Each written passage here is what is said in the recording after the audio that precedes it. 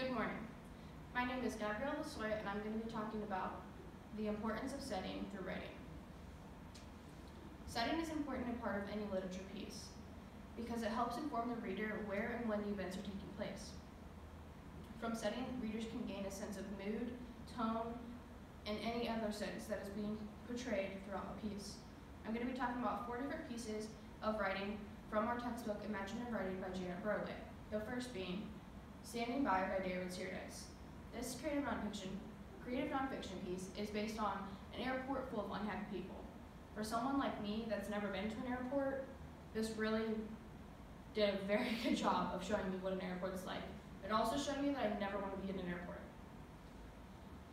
In order to do my project, I needed to take setting out because I wanted to see what it looked like without it. Taking it out of this, I would have had no idea what's going on. The first line I used was Standing By David Searles. It was a long 130, maybe 35 people, all of them cranky and exhausted. I highlighted 3 words, long, cranky, and exhausted, because those are the ones that really were important to me, that really jumped out, that really painted this sense of setting to me.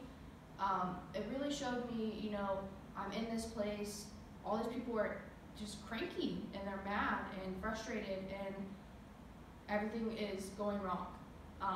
It's like an airport was like where all dreams go to die to me. Someone in an $8 t-shirt is whipping out a cell phone.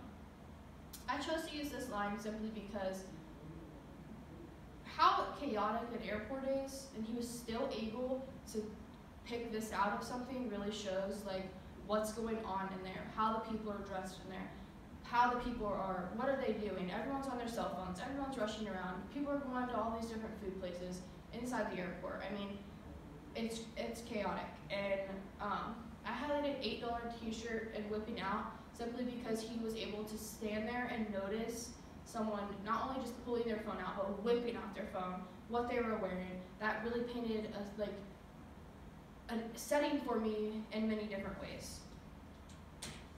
And this is what this setting that came to mind to me was this image full of people, all kinds of luggage, all kinds of lines coming from every angle. It's super chaotic. As you can see, I mean, people were dressed all kinds of different ways. Some are lounging around, some of them are looking professional. I mean, it's just non-stop chaotic movie.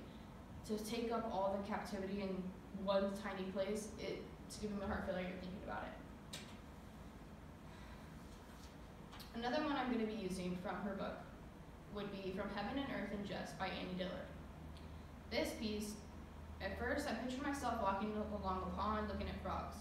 However, she made a whole twist on it, and I was able to picture much more than that. I just figured, at first the frogs were laying on a bank, half in and half out of the water, resting. I thought, what was the point of this piece?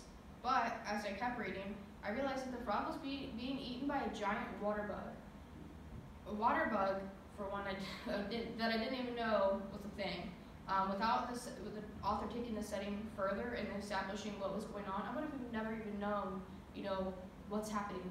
I mean, I would be thinking, I was just watching frogs jump in the water.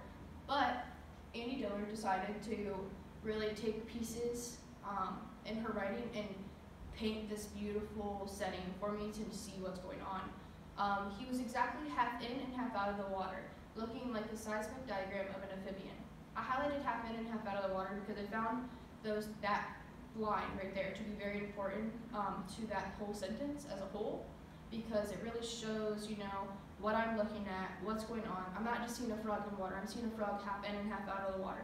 Is he hiding? Is that just how he's comfortable? I get to see that through this, and I feel like that was important. He was shrinking before my eyes like a deflating football. So obviously I wanted to know exactly what she meant by that. So I looked up, when a frog's breathing or nervous, what does it look like? And she was exactly right. It looks like a deflating football. I was able to see this because she put me in this setting of what's going on. And that really, really helped me understand this entire writing. I chose to use this image here because, as you can see, a frog is half in and half out of the water. He's not, all in, all out. I mean, he is just relaxing, half in and half out of the water. He's honestly terrified because he's about to be eaten. and you can see that even through the frog's eye, the way she says that he's deflating like a football, that really paints this sense of setting for me to understand what's going on. There Is No Word by Tony Helen is the next one I chose to use. This one, it's significant. It's really significant to setting because in order to realize and relate to the poem, you need to know where you're at, what's going on, what are you seeing, what's the point of this. The first two lines take place after you purchase a gallon of milk, and then all of a sudden it's using imagery to paint a setting. The author could have used boring words or just said things like a bag ripped because it was too heavy. He chose not to do that. He chose to take a different road that really benefited him in the end. There isn't a word for walking out of the grocery store with a gallon jug of milk in a plastic sack.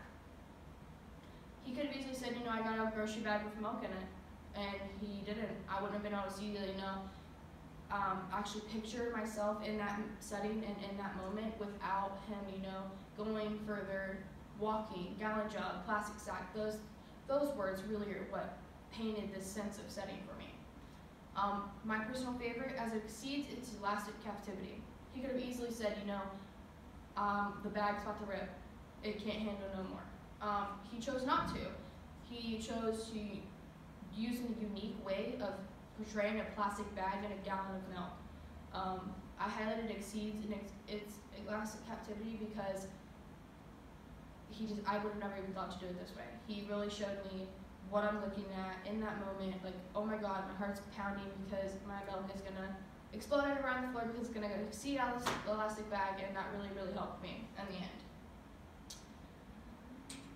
And this is the picture I chose to use. I know it's not a Walmart bag or where you would get milk at, but it does show that this bag has been through it, and it is obviously exceeding its elastic captivity. Simply because it's overfilled. There's a hole in it. It's about to rip and pour everywhere. Another one that I chose to use was Love Is Not an Emergency. This poem is full of emotions and expresses them in a way that is different. But, we don't typically see them as romantic pieces. I pictured myself like in a diner next to a man that had been crying. I wouldn't have seen this, without everything Aaron did in this. I chose to use these two lines.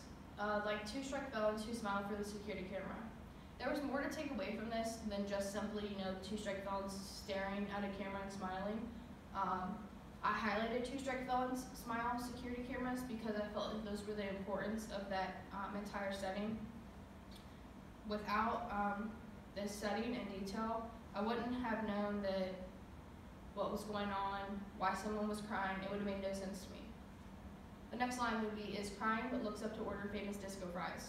I laugh at this one because I'm definitely guilty of ugly crying and still ordering food. I was really able to see what's going on in that particular moment because the setting was so rich and so pure.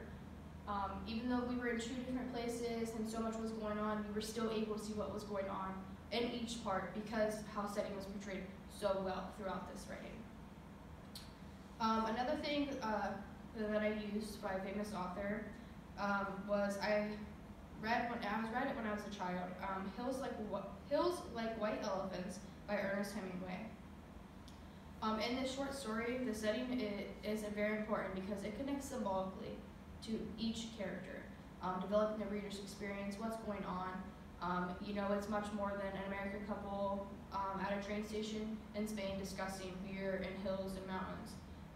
They're really discussing, whether to have an abortion or not, and one symbolical part of the story are the train tracks and how many different paths there are. The couple that are trying to decide if they should keep the baby or not, take this path or not this path. You really get to see what's going on.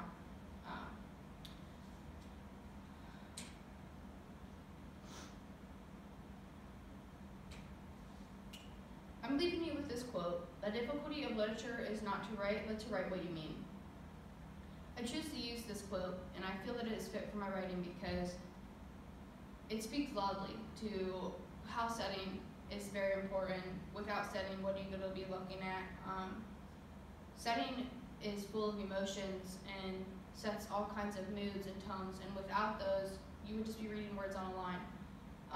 It is difficult to write, but it's even more difficult to write something that you mean, something that you want to show people, something that you want to put them in that moment and make them feel alive. And setting really does a good job of this. Throughout any literature piece, any poem, absolutely anything that you write, I find it very, very, very important to be used in every piece of writing.